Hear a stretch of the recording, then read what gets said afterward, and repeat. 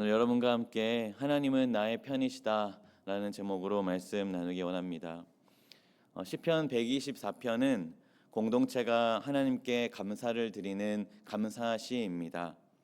이스라엘을 모든 위험과 위협으로부터 지켜주신 하나님께 감사와 찬송을 올려드리는 시죠. 우리가 계속 성전에 올라가는 노래 모음집을 살펴보고 있는데요. 시편 124편도 그러합니다. 이스라엘 백성은 매년 절기 때 예루살렘 성전으로 순례를 했습니다. 그리고 그 성전은 지리적으로 높은 산에 위치해 있었기 때문에 성전으로 올라간다라고 표현했죠. 그리고 예배를 드리러 가기 위해 성전에 올라가는 순례자들은 이 성전에 올라가는 노래 모음집을 노래로 불렀습니다. 또한 성전으로 올라간다는 말은 단지 성전이라는 공간 혹은 높기 때문에 올라가야 하는 지리적 여건만을 말하지는 않았습니다.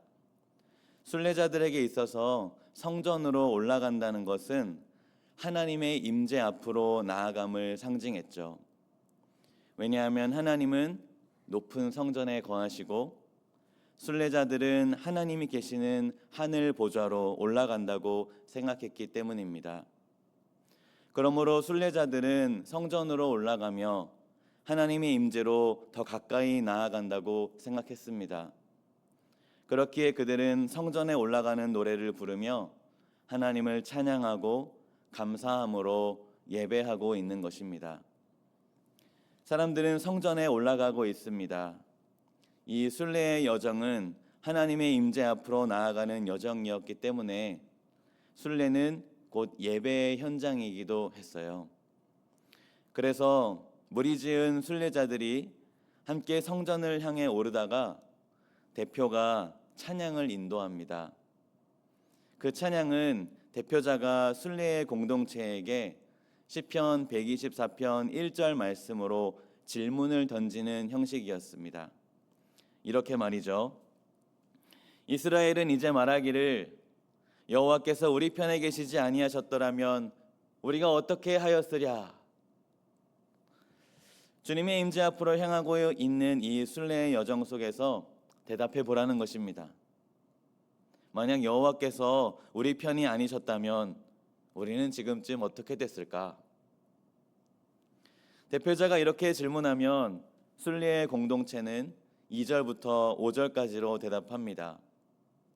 하나님이 우리 편이 아니셨다면 사람들이 우리를 치러 일어났겠지. 그들의 노여움이 우리를 불태우고 산채로 삼키게 되었을걸. 물과 시내와 홍수가 우리를 휩쓸고 우리의 영혼을 지워 삼켰을 거야. 시이기 때문에 이러한 표현이 다소 추상적이게 들릴지도 모르겠습니다. 하지만 사람들은 자신들이 경험했던 아프고 어렵고 괴롭고 힘들었던 순간을 기억하면서 맞아, 나에게 이런 어려움과 아픔이 있었지. 가만 생각해보자. 그때 하나님이 나를 보호해주지 않으셨다면 내가 어떻게 됐을까? 아, 그러네. 정말이네. 그때 하나님이 나를 도우신 것이구나. 하나님이 나를 지켜주신 것이구나 라고 고백하며 자신을 도와주시고 구원하신 하나님을 더욱 찬양하기 시작했습니다. 대표적으로 이스라엘 사람들은 2절부터 5절의 고백으로 출애굽을 생각했을 것입니다. 자신들을 애굽에서부터 구원하신 하나님, 그 수많은 적군과 병마로부터 또한 그 홍해 바다로부터 구원하신 하나님을 말입니다. 하나님이 이스라엘의 편이 아니셨다면 그들은 꼼짝없이 애굽과 홍해의 먹잇감이 되었을 것입니다. 애굽으로부터 벗어날 수 있는 아무런 힘과 능력이 그들에게는 없었기 때문입니다. 그렇기에 원수는 날카로운 이빨을 드러내며 이스라엘을 찢어 삼켰을 것이 분명합니다. 그러나 하나님은 이스라엘의 편이셨습니다.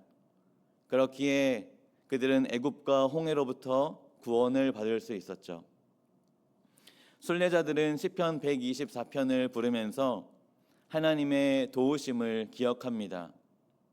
자신의 공동체가 함께 겪었던 어려움과 자기 자신의 개인적 어려움으로부터 구원해 주시고 보호해 주신 하나님을 찬양하며 드높이며 감사드리고 있는 것입니다. 사랑하는 성도 여러분, 만약 성령님이 우리를 예수님께로 인도해 주지 않으셨다면, 만약 우리가 예수님을 알지 못했다면, 만약 우리가 예수님을 믿지 않았다면 우리는 어떻게 되었을까요? 만약 예수님이 나를 구원하기로 택하지 않으셨다면 나는 어떻게 되었을까요? 아마도 우리는 우리의 삶 속에서 그 어떤 삶의 의미도 발견하지 못하며 살아가고 있을지도 모릅니다. 우리가 마주했던 그 수많은 우여곡절 속에서도, 심지어 세상 속 행복을 경험하면서도 예수님이 없기에 아무런 의미를 발견하지 못했을 것입니다. 제가 필리핀에서 6년 정도 유학생으로 있었지만 한국으로 돌아온 후 저는 종종 이렇게 생각했었습니다. 그냥 한국에서 살았다면 얼마나 좋았을까라고 말이죠. 그만큼 저에게 필리핀 유학 생활은 즐겁지가 않았습니다. 그러나 그곳에서 하나님이 저에게 행하신 단 하나의 극적이고 위대한 사건은 바로 예수님을 믿게 하신 것이었습니다. 괴롭고 아프고 힘들었던 그 필리핀 유학이라는 진흙탕 속에서 저는 예수님을 믿는 진주를 발견한 것이죠.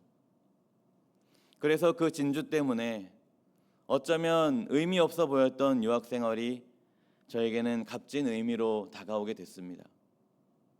제가 예수님을 만나 구원을 받았기 때문입니다. 어떤 성도님은 어려운 환경 속에서, 어떤 성도님은 괴로움 속에서, 어떤 성도님은 우연찮게, 어떤 성도님은 즐거움 속에서, 어떤 성도님은 말씀으로 예수님을 믿게 되었을 것입니다. 사랑하는 성도 여러분, 주님이 우리를 구원하지 않으셨다면 정말 우리는 어떻게 되었겠습니까? 시편 기자의 고백처럼 사냥꾼의 올무에 사로잡힌 죽음을 기다리는 한 마리의 새와 같지 않았을까요? 우리가 예수님 없는 인생을 살아갈 수 있겠습니까? 그 의미 없는 인생을 과연 우리가 살아갈 수 있겠습니까? 그럴 수 없죠. 너무나 감사하게도 예수님은 당신의 십자가로 우리를 죄에서부터 구원해 주셨습니다. 예수님은 우리를 불러주셨고 우리를 만나 주셨습니다. 우리가 예수님을 믿을 수 있도록 말씀해 주셨고 하늘나라를 바라볼 수 있게 해 주셨습니다. 때문에 우리도 7절처럼 고백할 수 있는 것입니다. 우리 함께 7절을 읽어볼까요? 7절 말씀입니다. 우리의 영혼이 사냥꾼의 올무에서 벗어난 새같이 되었나니 올무가 끊어짐으로 우리가 벗어났도다. 사랑하는 성도 여러분, 시편 기자는 만일 여호와께서 우리 편에 계시지 아니하셨더라면 우리가 어떻게 하였으랴 라고 고백했습니다. 이것은 단순한 시적 표현이 아니라 우리의 삶 속에서 반드시 해야 할 신앙적 성찰입니다.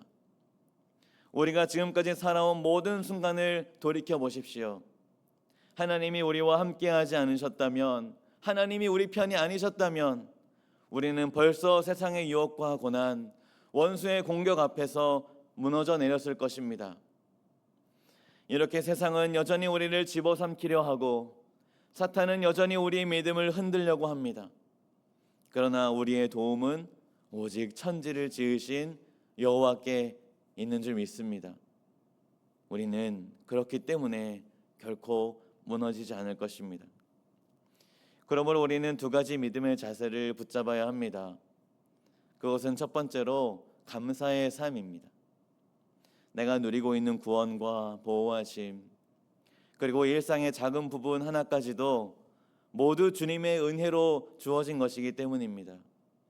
우리는 늘 그것을 기억하면서 날마다 감사해야 할 줄 믿습니다. 두 번째로 믿음의 삶입니다. 인생의 풍랑이 몰아칠 때 두려워하지 않는 것, 주님께서 우리를 가장 선한 길로 이끌고 계심을 믿는 것, 천지를 지으신 하나님이 지금도 나의 편이심을 믿으며 살아가야 할 줄 믿습니다. 사랑하는 성도 여러분, 우리의 삶 속에서 감사와 믿음의 삶이 넘쳐나기를 소망합니다. 오늘도 그리고 내일도 하나님은 우리의 편이 되셔서 우리의 삶을 붙드시고 도우시기 때문입니다.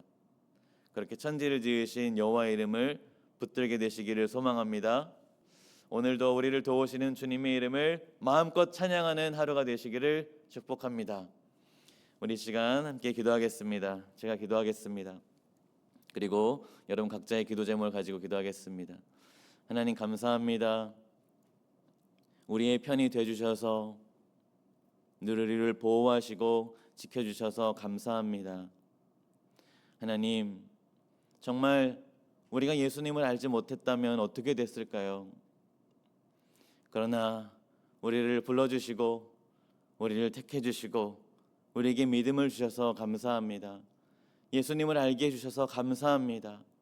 이 감사의 찬양이, 믿음의 고백이 날이 갈수록 더욱 넘쳐나는 우리의 삶이 될 수 있도록 주님 축복해 주시옵소서.